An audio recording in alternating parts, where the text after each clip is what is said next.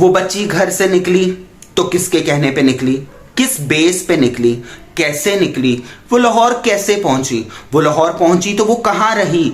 Zaheer gang Ikrarul Hasan साहब ने भी जहीर गैंग का नाम यूज किया जो कि अभी तक क्लियर ना हो सका। अगर वो गैंग था तो वो गैंग कहां है, तो उसको बैन करवाऊंगा मैं, तो उसकी वीडियोस डिलीट करवाऊंगा मैं, तो उसका चैनल डिलीट करवाऊंगा। अस्सलाम वालेकुम गाइस, कैसे आप लोग सब। मैं उम्मीद करता हूं कि आप लोग बिल्कुल ठीक ठाक होंगे और अपनी अपनी जिंदगियों में खुशबाश होंगे।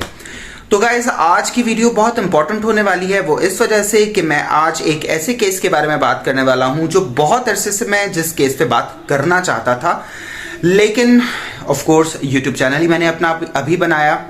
इस केस को, जिस केस का नाम आप जानते हैं, आपने कैप्शन में पढ़ लिया होगा, दुआ जहरा का केस। दुआ जहरा का केस मैंने पहले दिन से हमेशा अब तक फॉलो किया, बहुत प्रिसाइज वे में दोनों जानिब की जो वीडियोस थी वो देखी। जहीर को सपोर्ट करने वाले भी और जो नकवी साहब को जो सपोर्ट करने वाला पूरा ग्रुप है यूट्यूबर्स का, उन सभी लोगों की मैंने वीडियोस देखी। तो मैं इसी के बारे में आप लोगों से बात करूंगा ताकि आप लोगों को मेरा पॉइंट ऑफ व्यू भी पता चले, और जो आप लोगों का पॉइंट ऑफ व्यू है इस केस के बारे में, तो आप लोग भी कमेंट बॉक्स में मुझे बताइए और अपने अपने ख्यालात का इजहार कीजिए। तो बात का स्टार्ट करते हैं कि सबसे पहले दुआ जहरा अपने घर से निकलती है। दुआ जहरा लाहौर पहुंचती है।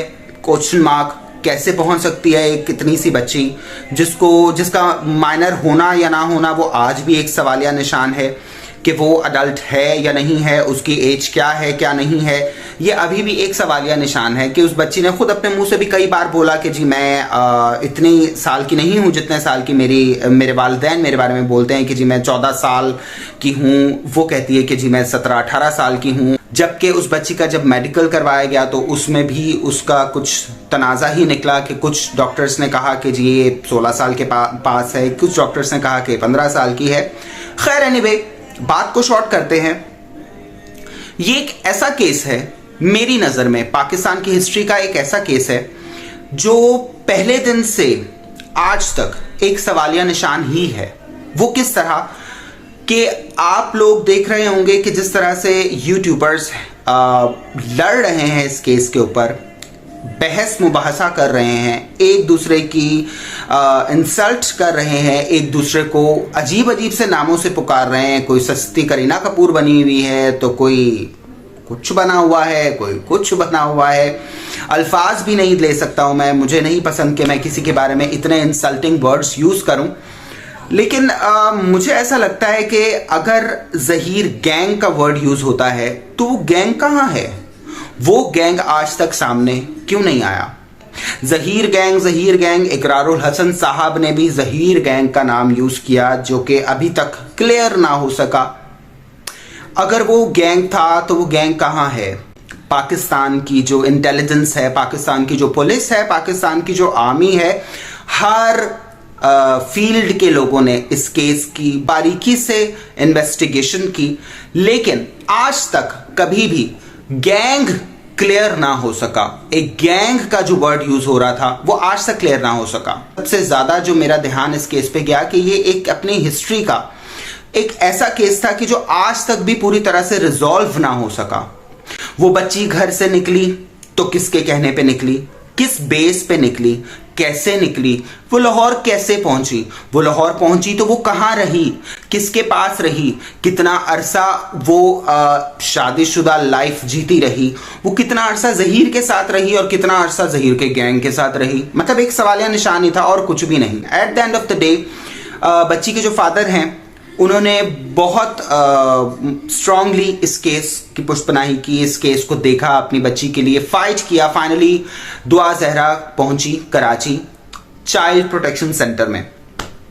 अब उस बात को भी 3 महीने हो चुके हैं, लेकिन सवाल ये उठता है कि अगर ये केस इतना ही क्लियर था, वो बच्ची इतनी ही विलिंगली कराची आ गई थी और वो जहीर के चुंगल में फंसी हुई थी, तो वो आज तक अपने घर क्यों ना जा पाई।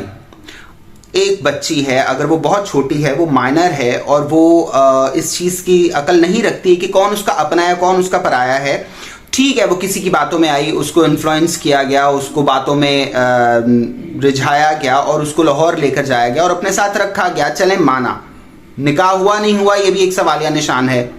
वो उस लड़के के साथ या उस लड़की की फैमिली के साथ रहती रही। अब 3 महीने में उसका दिमाग आज तक इस चीज की तरफ क्यों ना आया कि उसके असल अपने जो हैं वो उसके फादर है या उसके मदर है या उसके बहन भाई, उसकी फैमिली है। आज तक उसकी फैमिली या कोई भी कानूनी इदारा उसको इस चीज पे मोल्ड क्यों नहीं कर पाया कि वो बच्ची घर वापस जाने का खुद से मुंह से बोले। 164 के बयान, जो 164 का जो बयान होता है, जो लड़की की मर्जी पूछी जाती है जिस बयान में, उसमें भी उसने कई बार ये बोला कि जी मैं जहीर के साथ रहना चाहती हूँ, ये है वो है, ठीक है, डर में बोला। लेकिन वो डर ऐसा कैसा था कि जब वो अदालतों में उसकी माँ के सामने से वो गुजर रही थी, ऐसा भी उसको क्या डर था कि वो अपनी माँ की तरफ लपकी नहीं कि मैं आप, मेरी माँ है, मैं आपसे मिलना चाहती हूँ, या मैं मतलब हाथ ही बढ़ा देती। मतलब उसने कोई इंटरेस्ट शो क्यों नहीं किया अपने पेरेंट्स के पास जाने के लिए। तो ये ऐसा केस है कि जिसको समझना मेरी अकल से तो हमेशा से कासिर ही रहा, मेरी अकल से तो ऊपर की ही एक चीज रही कि ये केस जा कहां रहा है, इस केस की बेस क्या है, इस केस में ऐसे कौन से राज हैं जो हमसे छुपाए जा रहे हैं या हम लोगों को एग्जैजुरेट करके बताए जा रहे होते हैं। अब आते हैं हम लोग अपने यूट्यूबर्स की तरफ। जुनैरा महम ने इस केस की पुष्पनाही इस तरह से की कि जहीर की फैमिली को 100% सपोर्ट किया। दुआ ज़हरा का सबसे पहला इंटरव्यू लेने वाली भी जुनैरा महम साहिबा थी। देखिए, मैंने आज तक उनको कभी भी फॉलो नहीं किया, मुझे उनको कभी भी मुझे अट्रैक्ट नहीं कर रही होती थी, लेकिन मुझे फॉलो करना पड़ा वो इस वजह से कि जुनैरा महम ने एक अलग सी बात सामने रखी हम लोगों के कि जी जो दुआ ज़हरा है वो अपनी मर्जी से लाहौर गई है, वो अपनी मर्जी से घर से निकली है, वो कोई किडनैप नहीं हुई है, कोई किडनैपिंग का केस नहीं है जिस पे वो आज भी अटल है। वो आज भी लाइव सेशन कर रही होती है, वो यही बात कर रहे होते हैं कि ये कोई किडनैपिंग का केस नहीं है। दुआ ज़हरा अपनी मर्जी से अपनी फैमिली से अलग हुई और अपनी फैमिली से अलग होकर वो जहीर के पास रही अपनी मर्जी से, विलिंगली। लेकिन at the same time Maria Ali और कौन कौन से लोग हैं, मारिया अली तो मतलब मेरे ख्याल से उनके पास बहुत टाइम है, सॉरी टू से, विद ड्यू रिस्पेक्ट, एक दिन में 4-4 5-5 व्लॉग्स बनाना और ऐसे ऐसे थंबनेल्स बनाना, उनके ऊपर इस किस्म की कैप्शंस को डालना कि जिसको आपको ऐसा लगता है कि केस सॉल्व हो गया। लेकिन जब आप वीडियो खोलते हैं तो उस वीडियो में कुछ भी नहीं होता, फजूल बातें होती हैं। सच्ची जो बात है, माइंड करने वाली बात नहीं है। मारिया अली अगर सुने भी तो उनको पता चल जाना चाहिए, उनको पता ही है कि वो क्या कर रही हैं। बहुत बड़े बड़े सहाफ़ियों ने भी ज़हीर के ख़िलाफ़ बात की, इत्ता के जो हमारे इकरारुल हसन साहब हैं, उन्होंने बहुत कॉन्फिडेंटली फाइनली सब केस में इन्वॉल्व होने के बाद इसमें आकर बोला कि जी मैं इसको एक्सपोज करूंगा, ये एक गैंग है, ये है वो है। लेकिन वो बातें धरी की धरी रहीं, वो गैंग आज तक वो भी क्लेरिफाई ना कर पाए, उस गैंग को आज भी साबित ना कर पाए इकरारुल हसन साहब। उसके बाद बहुत सारे यूट्यूबर्स ने इनको बुरा भला कहा, सब कुछ कहा। अब हुआ क्या कि कुछ अरसे के बाद, इस केस की रिपोर्टिंग के बाद, ये सारे के सारे यूट्यूबर्स आपस में गुत्थम गुत्था हो गए। वो इस तरह से इतनी अब्यूजिव लैंग्वेज, इतनी वल्गर अल्फाज एक दूसरे के लिए, इतने ज्यादा इल्जामात एक दूसरे के लिए, FIA तक पहुंच गए। मैं तो ये कर रही हूं, मैं तो वो कर रहा हूं, मैं तो ऐसे करूंगा, मैं तो उसको बैन करवाऊंगा, मैं तो उसकी वीडियोस डिलीट करवाऊंगा, मैं तो उसका चैनल डिलीट करवाऊंगा। हर किसी की बात यही था। किसी ने किसी का नाम कुछ रख दिया, किसी ने किसी का नाम कुछ रख दिया।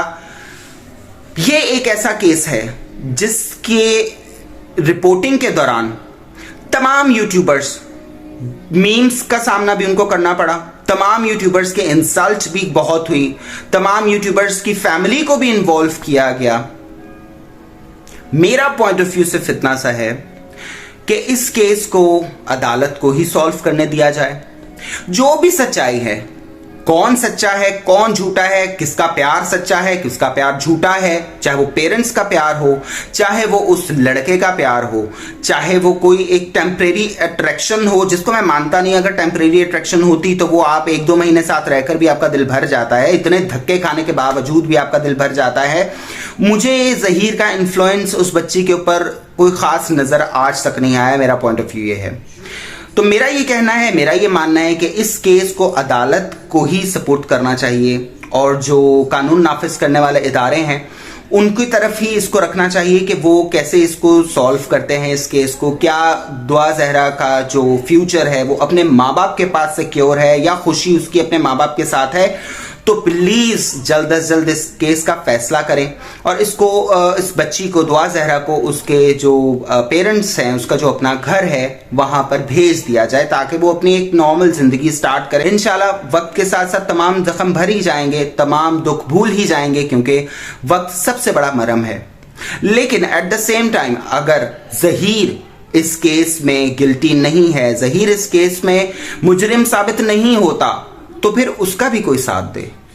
अगर जहीर या उसकी फैमिली को मुजरिम नहीं है, अगर कहा जाता है कि उसके वकील ने, जो सबसे पहले उन लोगों ने वकील करवाया था, उसने इन लोगों को मिसलीड किया, मिसगाइड किया और उसने इस केस को खराब किया, तो अब एटलीस्ट जहीर को एक अच्छी लाइफ मिलनी चाहिए, कोर्ट की तरफ से सपोर्ट मिलनी चाहिए, लोगों की तरफ से सपोर्ट मिलनी चाहिए, ताकि वो अपनी एक नॉर्मल लाइफ जिए और इस केस से बरी हो या सजा पाए, जो भी है। अब जल्द से जल्द इस केस को खत्म होना चाहिए, क्योंकि दुनिया पक चुकी है, इंक्लूडिंग मी, कि एक बात की एक इंतहा होती है। आप एक केस को फॉलो किए जा रहे हो, हर रोज कोई ना कोई यूट्यूबर कोई नई खबर लेकर आता है और एक दूसरे के इंसल्टिंग जो वीडियोस हैं वो नए तरीके से बना रहे होते हैं। यहां तक कि अगर कोई व्लॉगर या यूट्यूबर गाड़ी में व्लॉग बना रहा है, इस केस को कवर कर रहा है, तो उसके बारे में कहा जाता है कि मुझे तो इसकी शक्ल देख के लगता नहीं है कि इसके पास गाड़ी भी होगी कि नहीं।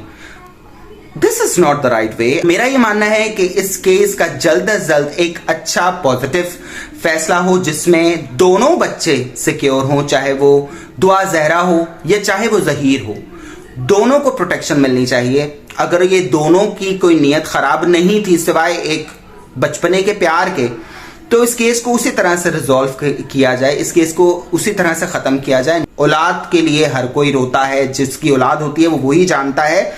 तो माँ बाप और औलाद का जो रिश्ता है वो कभी भी झूठा तो हो नहीं सकता, ड्रामा तो हो नहीं सकता। हाँ, सख्तियां, आपकी साइकोलॉजिकल प्रॉब्लम्स, ये सब कुछ एक एक्सेप्शनल फैक्टर है, उसको भी हम मानते हैं। तो गाइस, मेरी आज की वीडियो आपको कैसी लगी आप जरूर कमेंट्स में बताइएगा, जरूर कमेंट्स कीजिएगा, मेरे वीडियो को पूरा देखिएगा, मेरे चैनल को सब्सक्राइब करें। मैं इसी तरह से आप लोगों के लिए इंफॉर्मेटिव वीडियोस लाता रहूंगा। मेरी वीडियो देखने का बहुत बहुत शुक्रिया। अपना बहुत सारा ख्याल रखिएगा। अल्लाह हाफिज।